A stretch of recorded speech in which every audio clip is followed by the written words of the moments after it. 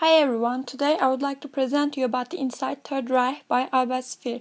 First I will start with the context of the text and I will move on to the subjects. Third Reich is a half English and half German word. Reich means empire and the Third Reich is the fascist totalitarian period in the German history from 1933 to 45. Third Reich was based on folkish ideas. Folk is a German word, can be translated as a folk into English. So folkish is the ethnocentrist movement pronouncing a German community bonded with kindredship. They believe that only great art can be evolved from racially unpolluted German folk.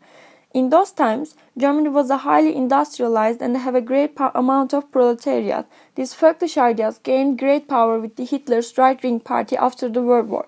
Also, some progressive architects gathered around Walter Gropius advocated geometrical shapes in architecture without any decoration and historical reference. They believed that this was the proper style of the 20th century. This new style bothered Germans. They found this new architecture cold and ugly. They believed that architecture should put forward German values, so that they searched for the pure German style. Adolf Hitler was a German politician who was the leader of the Nazi Party and later Führer leader of the Nazi Germany. He initiated World War II in Europe and was a central figure of the Holocaust. Hitler was coming from a poor family. He had to leave secondary school. After that, his childhood became nothing more than painting, drawing and reading.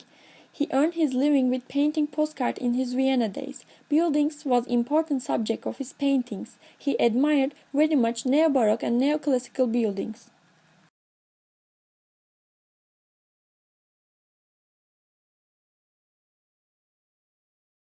His dream of becoming a painter destroyed when he rejected by the Academy of Fine Arts in Vienna.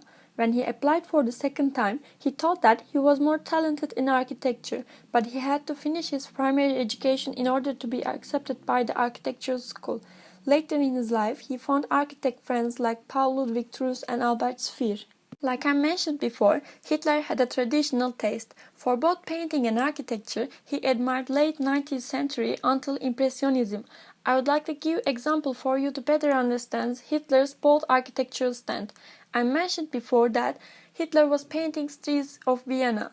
Loew's house in Michaelplatz was an early modernism example with its modern facade without any decoration.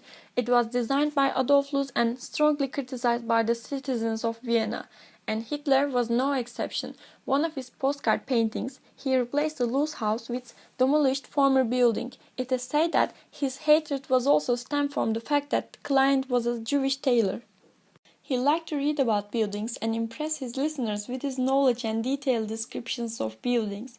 He visited the Opera House in Paris in 1940 and asked to see the particularly round room that he saw in the plan. The room was altered many years before, and he told that there is no such a room existed anymore. This example clearly shows that he knew the plans of the buildings very well among those many others. Albert Speer was a German architect known as Hitler's chief architect, who also worked as a Minister of Armaments and War Production. He studied at the technical school in Karlsruhe. Then he applied to study with Hans Poelsing, who was an architect in Weimar, rejected him by saying that his architecture was not significant. Then he went to Henrik Tessenow, who admired simple and clear volumes and neoclassical clarity. Tessenow was a modern classicist. Later his influence on Speer created the basis of Nazi architecture.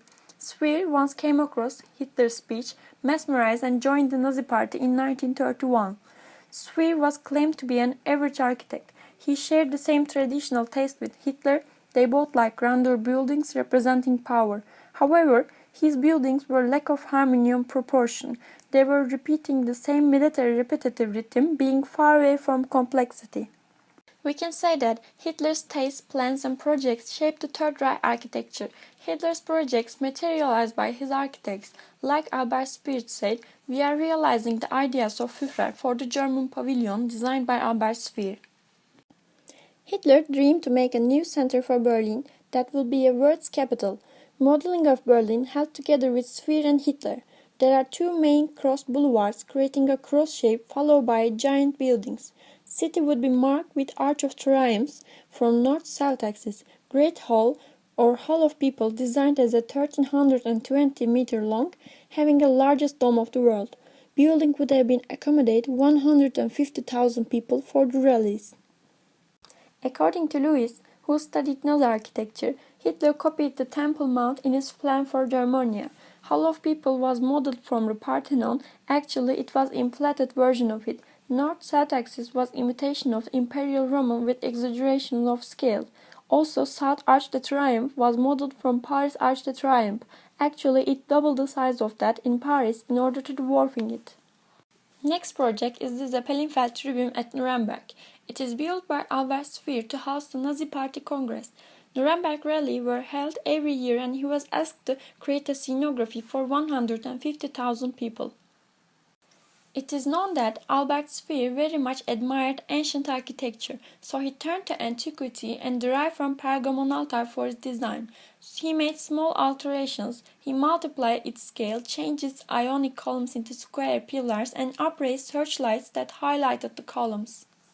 Following project was the world's largest stadium, the Deutsche Stadium. Hitler wanted to be as large as to host the world's Olympic Games.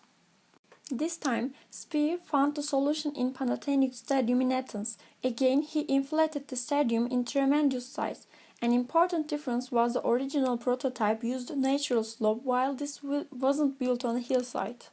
Another project was the new Chancellery. The new Reich Chancellery was the only building designed for Germania that was ever built. Building was designed as a continuous spatial journey of corridors leading to several offices. By doing so, it aims to increase the tension of visitors through the journey. Great axiality of the building was derived from Baroque palaces. Looking at the plans, we can say that 5 major space leads to Hitler's personal office. Fourth one was a great rotunda. It was relatively bigger than others in scale, in order to deceive visitors that they reach at the end, although it was actually half of the way, leading to Marble Gallery. Marble Gallery was 48 feet long. Speer made it exactly twice as long as Hall of Mirrors in the Versailles. Hitler's personal wish was to use polished marble in the hall, so that visitors would have experienced difficulty in reaching his room due to the slippery ground. There was no Nazi style, Albert Speer said later in his book. The official architecture was merely neoclassicism. Nazi architecture were gigantic and exhausting. Huge scale was an instrument of power of totalitarian regime and can be considered as a sign of terrorism. Hitler's urge for great and impressive buildings dates back to ancient times. Speer and Hitler both agreed on the power of buildings of Rome, Karnak or Babylon, standing still as a manifestation of power even in the ruins, they said. Paul Ludwig Trus was a German architect and close friend of Hitler. He was known as the first architect of Reich. He went to the same school with Peter Behrens and Walter Gropius. He is known for his opposition of Art Nouveau. He believed that architecture should be free from ornamentation. One of his important works was the remodeling of the former Palace Barlow into Braunhaus in Munich. They used to be a classicist building. Later, Nazi Party bought the building and reconstructed into Braunhaus in 1930. It is used as a headquarters of the party and soon became the medium of National Socialist propaganda. After the party gained extreme power in 1933, cellars in the ground floor used as a prison for torture of opponents. Another important structure was the Haus der Kunst, House of German Art in Munich. It was designed to be an exhibition area of Nazi painting and sculpture. The building became the icon of Nazi architecture. Considering the 20th century neoclassicism of Trus, this building was more on the modernist line of architecture. As it can be seen from the photograph, unornamented walls, cubist forms and flat surfaces, it is different from other Nazi buildings. It has a modern steel structure and innovative engineering. To sum up, there are some common motifs and elements characterized by the Third Reich: neoclassical colonnades, severe porticos, horizontal lines, rectilinearity, local materials used like stone and brick. There was no particular Reich style. Official architecture was imitating neoclassicism with small alterations. It was derivative and conventional. Most of the buildings were replicas of ancient buildings with scale exaggerations.